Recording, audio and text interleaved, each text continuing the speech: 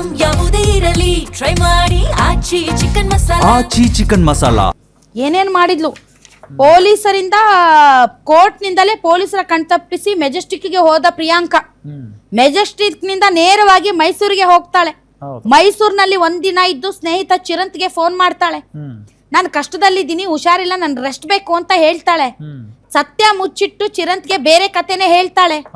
ಚಿರಂತ್ ಮುಖಾಂತರ ಸಕಲೇಶ್ಪುರ ರೆಸಾರ್ಟ್ ನಲ್ಲಿ 3 ದಿನ ಇರ್ತಾಳೆ. ನಂತರ ಬಿಲ್ ಜಾಸ್ತಿ ಆಗುತ್ತೆ ಅಂತ ಶನಿವಾರ ಸಂತೆಯ ಸ್ನೇಹಿತ ಚಿರಂತನ ಮನೆಗೆ ಶಿಫ್ಟ್ ಆಗ್ತಾಳೆ. ಅಕೌಂಟ್ ಅಲ್ಲಿ ದುಡ್ಡಿದ್ರು ಕೂಡ ಎಲ್ಲೂ ಕೂಡ ಕಾರ್ಡ್ ಅನ್ನ ಸ್ವೈಪ್ ಮಾಡೋದಿಲ್ಲ. ಯಾಕೆ ಅಂದ್ರೆ ಅಕೌಂಟ್ ಅಲ್ಲಿ 10 ಲಕ್ಷ ಇದ್ರು ಕೂಡ ₹1 ತೆಗಿಯೋದಿಲ್ಲ. ಲಾಯರ್ ಆದ್ರಿಂದ ಏನಾದ್ರೂ ಕಾರ್ಡ್ ಸ್ವೈಪ್ ಮಾಡ್ಬಿಟ್ರೆ ತಾನಿರುವಂತಹ ವಿಳಾಸ ಪತ್ತೆ ಆಗುತ್ತೆ, ಲೊಕೇಶನ್ ಟ್ರೇಸ್ ಆಗುತ್ತೆ ಅಂತ ₹1 ಡ್ರಾ ಮಾಡಲ್ಲ. ಹೀಗಾಗಿ ಶನಿವಾರ ಸಂತೆಯಲ್ಲಿ ತನ್ನ ಫ್ರೆಂಡ್ ಮನೆಯಲ್ಲೇ ಉಳ್ಕೋತಾಳೆ. ಪ್ರಿಯಾಂಕಾಗೆ ಆಶ್ರಯ ಕೊಟ್ಟಿದ್ದ ಚಿರಂತ್ ಮೋಹನ್ ಮೂಲಕನೇ ಪರಿಚಯ ಆಗಿದ್ನಂತೆ. ನನ್ನ ತಂದೆ ತಾಯಿ ಅಷ್ಟೇ ಇದ್ದ ಶನಿವಾರ ಸಂತೆಯ ಮನೆಯಲ್ಲಿ ಈ ಚಿರಂತ್ ಇಟ್ಟಿದ್ನಂತೆ. 2 ದಿನ ಆದ್ಮೇಲೆ ಚಿರಂತ್ ತಂದೆ ತಾಯಿಗೆ ಸ್ವಲ್ಪ ಡೌಟ್ ಬರುತ್ತಂತೆ. ಅಷ್ಟೊತ್ತಿಗೆ ಆ ಚಿರಂತ್ಗೂ ಗೊತ್ತಾಗುತ್ತೆ ಇದ್ಯಾವುದೋ ಮರ್ಡರ್ ಮಿಸ್ಟ್ರಿ ಅಂತ. ಮೋಹನ್ನ ಬಾಯಿ ಬಿಡಿಸಿ ಚಿರಂತ್ ಕಾಲ್ ಟ್ರೇಸ್ ಮಾಡಿ ಲಾಕ್ ಮಾಡ್ತಾರೆ ಪೊಲೀಸರು. ಚಿರಂತ್ ಮೂಲಕ ಪ್ರಿಯಾಂಕಾ ಅಡಗಿರುವಂತಹ ಸ್ಥಳಕ್ಕೆ ಹೋಗ್ತಾರೆ. 5:15 ಬೆಳಗಿನ ಜಾವ ಪ್ರಿಯಾಂಕಾಳನ್ನ ಅರೆಸ್ಟ್ ಮಾಡ್ತಾರೆ. ಶನಿವಾರ ಸಂತೆಯಲ್ಲಿರುವಂತಹ ಚಿರಂತ್ ಮನೆಯಲ್ಲಿ ಲಾಕ್ ಆಗ್ತಾಳೆ ಈ ಪ್ರಿಯಾಂಕಾ. ಅವ್ರಿಗೂ ಕೂಡ ಹೇಳಿರ್ಲಿಲ್ಲ, ಏಕೆ ಅವ್ರಿಗೆ ಗೊತ್ತಿರಲ್ಲ ಪಾಪ, ಹೆಂಗ್ ಗೊತ್ತಾಗುತ್ತೆ? ಹೌದಲ್ಲ, ನಿಜ. ಹೆಂಗ್ ಗೊತ್ತಾಗತ್ತ? ಅದ್ರಲ್ಲಿ ಅವ್ರ ತಂದೆ ತಾಯಿ ಅಷ್ಟೇ ಇದ್ದಂತೆ, ಚಿರಂತ್ ತಂದೆ. ಇದು ಉದ್ದೇಶ ಪೂರ್ವಕವಾಗಿ ಮಾಡಿರುವಂತ ಮರ್ಡರ್. ಹೌದು ಅಲ್ವಾ? ಏನೋ ಮಾಡಿಲ್ಲ ಅಂದ್ರೆ ತಪ್ಪಿಸ್ಕೊಂಡು ಹೋಗುವಂತ ಅವಶ್ಯಕತೆ. ತಪ್ಪಿಸ್ಕೊಂಡು ಅಲ್ಲ, ನೀ ಮಾಡಿಲ್ಲ ಕರೆ, ಬಟ್ ನೀನು ಈ ಕ್ರೈಮ್ ಅಲ್ಲಿ ಭಾಗಿ ಇದೀನಿ. ನೀನ ಉಸಿರು ಕಟ್ಟಿ ನೀನೇ ಮಗುವಿಗೆ ಕತ್ತಿಚ್ಕ ಸಾಯಿಸಿದಿ ಅಂತ ಹೇಳಿ ಯಾರು ಏನು ಹೇಳ್ತಿಲ್ಲ. ಆದ್ರೆ ಅವನು ಸಾಯಿಸಿದ್ರು ಅವನ ಜೊತೆ ನೀನ್ ಸಂಸಾರ ಮಾಡೋದಲ್ಲ. ಹೌದು.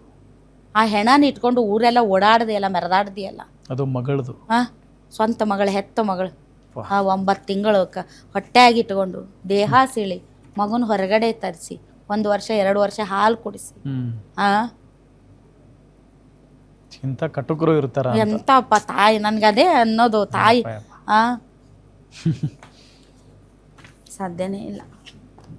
ಮಗುಗ ಒಂದಿಟ್ಟು ಜ್ವರ ಬರ್ತೈತಂದ್ರೆ ಎಲ್ಲೋ ಹೋಗಿರ್ತೀವಿ, ಏನು ಕೆಲಸನೇ ಮಾಡಕ್ಕಾಗಲ್ಲ. ಹಂಗಿರುತ್ತೆ ನಿಜ. ಈಗ್ಲೂ ಲೈವ್ ಅಲ್ಲಿ ಒಂದಿಷ್ಟು ಕೆಮ್ಮಿದ್ರೆ ನಮ್ಮ ತಾಯಿ ಫೋನ್ ಮಾಡ್ತಾಳೆ, ನಾನು ಏನಾಯ್ತು ಕೆಮ್ತಿದಿ ಅಂತ ಲೈವ್ ಅಲ್ಲಿ. ತಾಯಿ ಅಂದ್ರೆ ಹಂಗದು. ಬನ್ನಿ ಏನ್ ಹೇಳಿದಾರೆ ಹೋಮ್ ಮಿನಿಸ್ಟ್ರು ಮತ್ತೆ ಪೊಲೀಸ್ ಆಯುಕ್ತರು ಕೇಳೋಣ. ಏನಾದ್ರು ಸರಿ, ಏಪ್ರಿಲ್ 4ನೇ ತಾರೀಕು ಪೋಸ್ಟ್ ಮಾರ್ಟಮ್ ರಿಪೋರ್ಟ್ ಬಂದ ತಕ್ಷಣ ಅವರು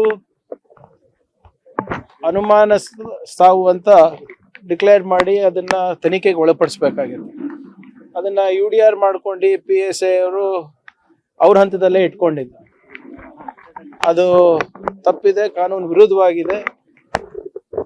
ಪೊಲೀಸ್ ಇನ್ಸ್ಪೆಕ್ಟರು, ಸಬ್ ಇನ್ಸ್ಪೆಕ್ಟರು ಹಾಗೂ ರೈಟರ್ ಯಾರಿದ್ದಾರೆ ಅವ್ರ 3 ಜನಕ್ಕೂ ಇವತ್ತು ಬೆಳಿಗ್ಗೆ ಸಸ್ಪೆಂಡ್ ಮಾಡಿದ್ದೇವೆ.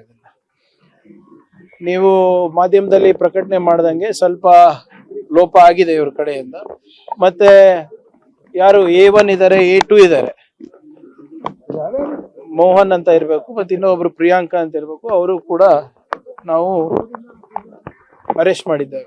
ಇದೇನಿದೆ ಅದು ತನಿಖೆ ಮಾಡ್ತೀವಿ ಮುಂದೆ ಏನೇನು, ಯಾಕಂದ್ರೆ ಕಾಂಟ್ರಡಿಕ್ಟಿಂಗ್ ವರ್ಷನ್ಸ್ ಬರ್ತಾ ಇದೆ.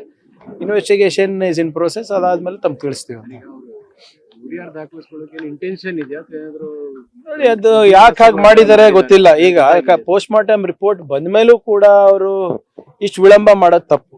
That is not as per law. So ಅದಕ್ಕೆ ನಿನ್ನೆ ಬಂದ ತಕ್ಷಣ, ಅದು ಗಮನಕ್ಕೆ ಬಂದ ತಕ್ಷಣ ಅವ್ರಿಗೆ 3 ಜನಕ್ಕೂ ಸಸ್ಪೆಂಡ್ ಮಾಡಿಸಿದ್ದೀನಿ ನಾನು. ಕಾಡ್ಗುಡಿ ಪೊಲೀಸ್ ಸ್ಟೇಷನ್ ವ್ಯಾಪ್ತಿಯಲ್ಲಿ ಒಂದು ಮರ್ಡರ್ ಕೇಸ್ ರಿಜಿಸ್ಟರ್ ಆಗಿದೆ 4ನೇ ತಾರೀಕು 4 ಜೂನ್ಗೆ. ಇದು ಹಿಂದೆ 23ನೇ ತಾರೀಕು ಮಾರ್ಚ್ 23ಗೆ ಒಂದು ಘಟನೆ ನಡೆದಿದ್ದು. ಅದರಲ್ಲಿ ಮಗುದು ಡೆತ್ ಆಗಿತ್ತು. ಆಗ ಸಸ್ಪಿಷಿಯಸ್ ಡೆತ್ ಅಂತ ನಮ್ಮ ಪೊಲೀಸ್ ಅವ್ರು ಕೇಸ್ ರಿಜಿಸ್ಟರ್ ಮಾಡಿದ್ರು. ತದನಂತರ 4ನೇ ತಾರೀಕು 4 ಜೂನ್ಗೆ ಮರ್ಡರ್ ಕೇಸ್ ರಿಜಿಸ್ಟರ್ ಆಗಿದೆ. ಈ ಎಲ್ಲ ಪ್ರಕರಣದಲ್ಲಿ ಇನ್ವೆಸ್ಟಿಗೇಷನ್ಗೆ ಕೆಲವು ಲ್ಯಾಪ್ಸಸ್ ಕಂಡು ಬರ್ತಾ ಇದೆ. ನಮ್ಮ ಸೀನಿಯರ್ ಆಫೀಸರ್ಸ್ ಅವ್ರದ್ದು ರಿಪೋರ್ಟ್ ಪ್ರಕಾರ ಆ ನಿಟ್ಟಿನಲ್ಲಿ 3 ಜನ ಆಫೀಸರ್ಸ್, ಒಬ್ಬ ಇನ್ಸ್ಪೆಕ್ಟರ್, ಒಬ್ಬ ಸಬ್ ಇನ್ಸ್ಪೆಕ್ಟರ್ ಮತ್ತು ಇನ್ನೊಬ್ಬ ಕಾನ್ಸ್ಟೇಬಲ್ ಅವ್ರಿಗೆ ಸದ್ಯಕ್ಕೆ ಸಸ್ಪೆನ್ಷನ್ಗೆ ಇಟ್ಕೊಂಡು. ನಾನು ಅದೇ ಹೇಳ್ತಾ ಇದ್ದೀನಿ, ಫಸ್ಟ್ ಸಸ್ಪಿಷಿಯಸ್ ಡೆತ್ ಅಂತ ಕೇಸ್ ರಿಜಿಸ್ಟರ್ ಆಗಿತ್ತು. ನಂತರ 4ನೇ ತಾರೀಕು 4 ಜೂನ್ಗೆ ಮರ್ಡರ್ ಕೇಸ್ ರಿಜಿಸ್ಟರ್ ಆದ ತಕ್ಷಣ ಒಬ್ಬ ಆರೋಪಿ, ಇನ್ನೊಬ್ಬ ಆರೋಪಿ ನಿನ್ನೆ. ಸೊ ಒಟ್ಟಾಗಿ ಇಬ್ಬರು ಆರೋಪಿ ಯಾರ ಇದರಲ್ಲಿ ಅಕ್ಯೂಸ್ಡ್ ಇದ್ದಾರೆ, ಅದು ಅರೆಸ್ಟ್ ಆಗಿದೆ.